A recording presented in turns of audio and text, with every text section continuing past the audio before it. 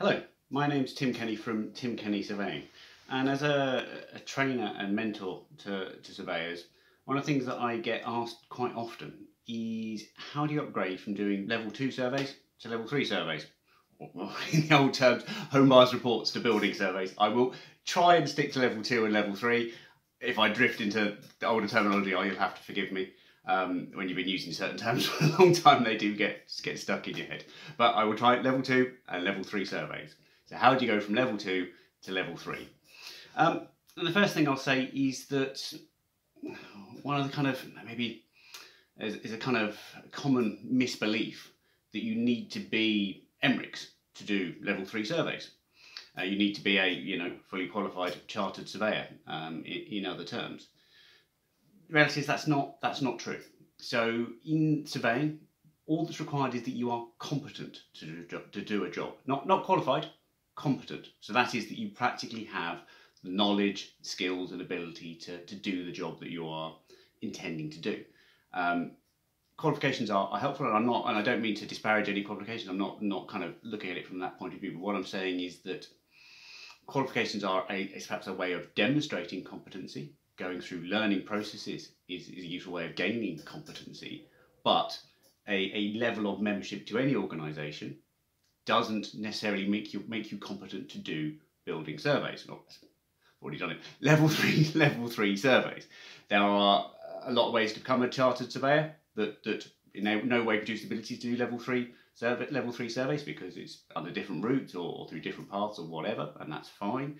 There are plenty of residential surveyors who have MRICS or FRICS who just don't do level 3 surveys because it's not a part of their work, not something they've picked up as a skill. And again, that's absolutely fine. There's no requirement to do level 3 surveys as a residential surveyor. The great thing about this job is there's plenty of variety to it. You can do it in your own way to quite a certain extent. So you don't have to be MRICS to do level 3 surveys. Little secret, you don't have to be a member of any organisation to do level 3 surveys. You just have to be competent and insured to do them. Well, you have to be competent to make sure you can get the insurance to do them, which is kind of perhaps more vital.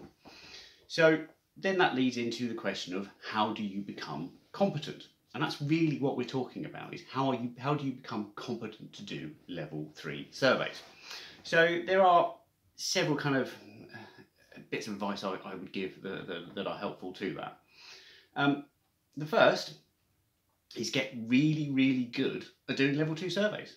It sounds silly, but it's kind of maybe a bit of an obvious thing, but if you can't do a really good level 2 survey, then jumping up to level 3, you probably need to slow it down a bit and focus on those level 2s first. Get them really good.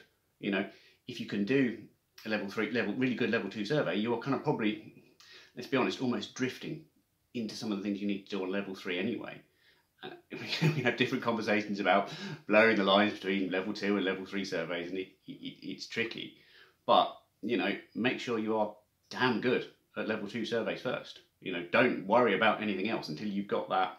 Again, you can always improve and and everything else, but make sure you are really ticking those boxes and making sure the quality of the work you're currently producing at level 2 is pretty much spot on.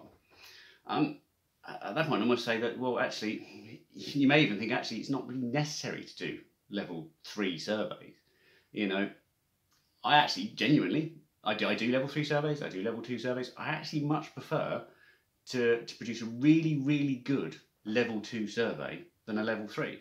And actually, from a business hat on, a really good level 2 survey that I price accordingly is actually makes better business sense to me than a level 3, because level 3s do take a lot of time. Yes, I charge more for them, but there's a lot more time involved in that.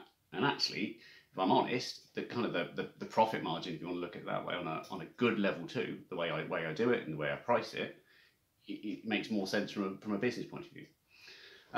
So yeah, really focus on making sure you are giving that kind of best service within the remit of a level 2 you can, before you worry about anything else. Second bit then is to kind of think about how you then push on. And that again comes back maybe to thinking about your level 2. So one of the main components of A level 3 is providing that further advice and guidance, that further detail. So again, as you're going through that process, making sure your level 2s are really good, each time you do a level 3, maybe start thinking about, okay, level 2, sorry, start thinking about how you would write that if you were doing a level 3. You know, get that kind of mental practice in your head. Think, okay, well, I've got this construction element, I've got this defect. How am I going to express that in a more detailed form?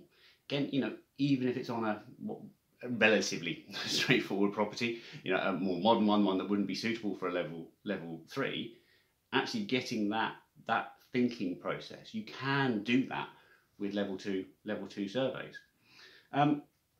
Next bit of advice I would give is, for me, the main jump, you know, the main area, the main kind of obstacle moving between the two is the repair and maintenance knowledge that you need to have for a good level 3 survey.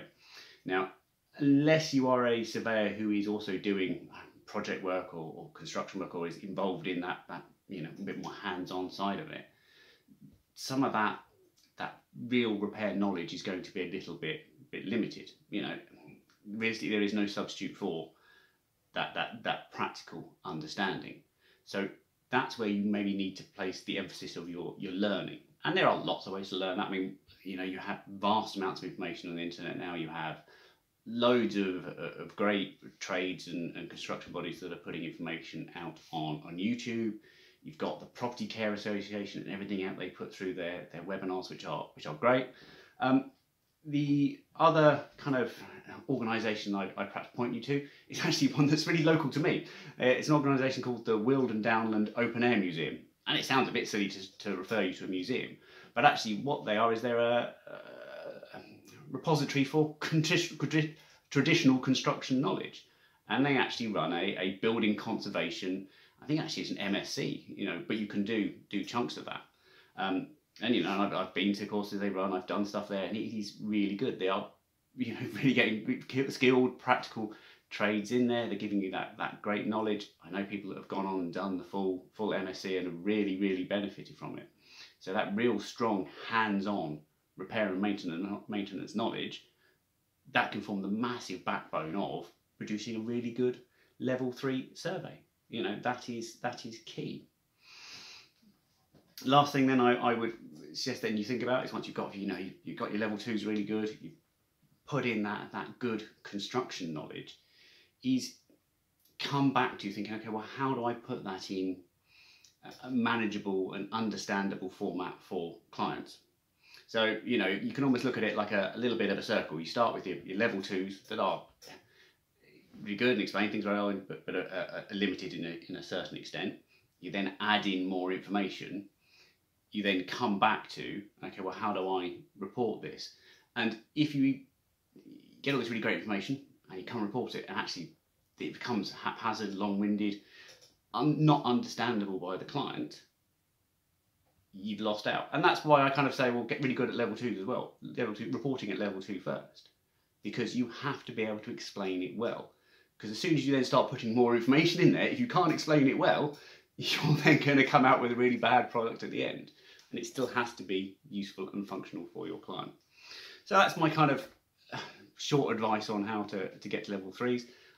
There's always going to be a lot more to it, and you know, you can build up the information in your own way, but hopefully those little tips are helpful for you. Thank you very much.